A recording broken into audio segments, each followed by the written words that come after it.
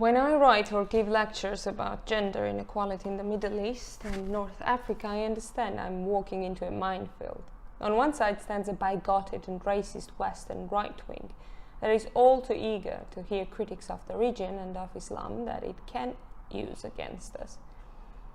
I would like to remind these conservatives that no country is free of misogyny and that their efforts to reserve hard-earned women's reproductive rights makes them brothers in hatred to our Islamists. On the other side stands those Western liberals who rightly condemn imperialism and yet are blind to the cultural imperialism they are performing when they silence critics of misogyny. They behave as if they want to save my culture and faith for me and forget that they are immune to the violations about which I speak.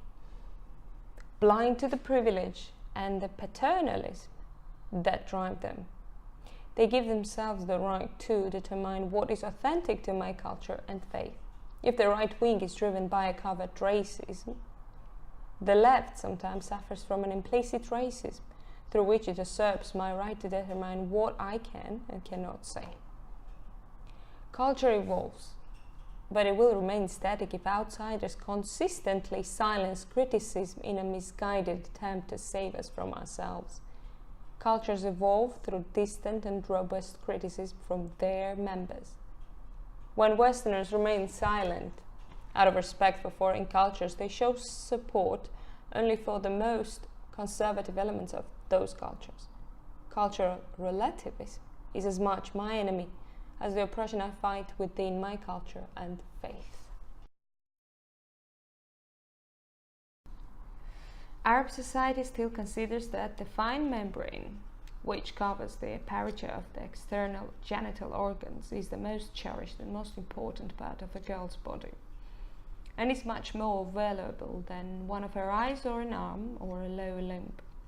An Arab family does not give as much at the loss of a girl's eye as it does if she happens to lose her virginity. In fact, if the girl lost her life, it would be considered less of a catastrophe than if she lost her hymen. Our hymens are not ours, they belong to our families. This truth was brought home to me one evening in Amsterdam after I had taken part in an event on the rights of Muslim women. In a conversation that evening, probably the first conversation about sex I had with fellow Arab or Muslim women, a Dutch Moroccan woman told me and a group of her friends. When I first had sex, it was as if my mother, my father, my grandparents, the entire neighborhood, God, and all the angels were there watching. We all convulsed with laughter. It was a relief to talk to women who still understood the burden of virginity and the guilt involved in shedding it. Women who did not judge. It was a relief to talk to women who would never ask, "How could you not resist?" as the nurse in the ER asked me when I told her I'd been sexually assaulted. I actually resisted for a long time, too long, I believe, when I look back now. I guarded my hymen like a good virgin until I was 29. I accepted and obeyed what I was taught by my family, who in turn were taught by their parents. No sex until marriage. Now, when I think about how long I waited to have sex, I'm sad for my younger self and sad that I waited so long to experience and enjoy something that gives me so much pleasure. Back then, though, during all those years that I waited and waited, it would terrify me even to consider sex before marriage. I was taught by my family, by school, by religion, by society, and I obeyed. I'd been trained well and I was a good girl to the end. My hymen was protected from my feminism. My feminism wrestled with my headscarf, but not with my hymen. Why? Why did I obey? And why did I wait so long to finally disobey? Those questions kept coming up again and again.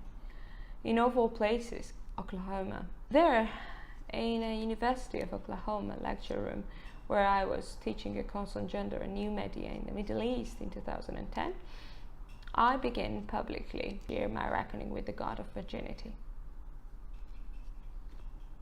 How do you discuss virginity with a class of American university students without the conversation sounding irrelevant to their lives, or worse, like an exercise in exoticizing another culture, women, sex and culture from a Bermuda Triangle in which open discussions tend to run off course. Through either defensiveness, when students feel compelled to defend a cultural practice, or superiority, when they feel compelled to parade their culture as being above whatever cultural challenges are being discussed. The personal is not only political, it demolishes the Bermuda Triangle. I received a powerful reminder about how much easier the personal makes it to discuss problems over there. After I showed my class the Lebanese film Caramel, in which director Nadine Labaki plays the owner of a Beirut hair salon whose friends and co-workers portray a cross-section of the Lebanese female experience. One of the friends undergoes hymen reconstruction just before her wedding to a man she fears will reject her if he finds out she isn't a virgin. At first, some students expressed shock that the woman could not share her sexual history with her future husband, while others wondered why it was such a big deal that she was no longer a virgin. I reminded the class that until the 1960s, virginity was a big deal in the United States too. Have you heard of purity balls? Asked one young woman in the class, referring to formal dances in the United States between fathers and daughters, at which teenage girls pledged to remain virgins until marriage. Such balls underpin purity culture in the United States. Yes, I thought, now virginity was over here.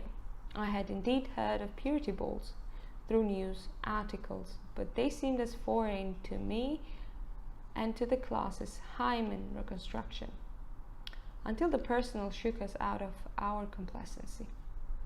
I just want everyone to know that I signed a purity pledge with my father, one of the students said. I could not have engineered it better myself. Her courage in sharing reminded us all that virginity wasn't just far away in Lebanon or newspaper feature stories. It was right in class with us. Oklahoma kept doing that to me. I joked that going there was like going to the Middle East. A similar mix of religion and conservative politics prevailed.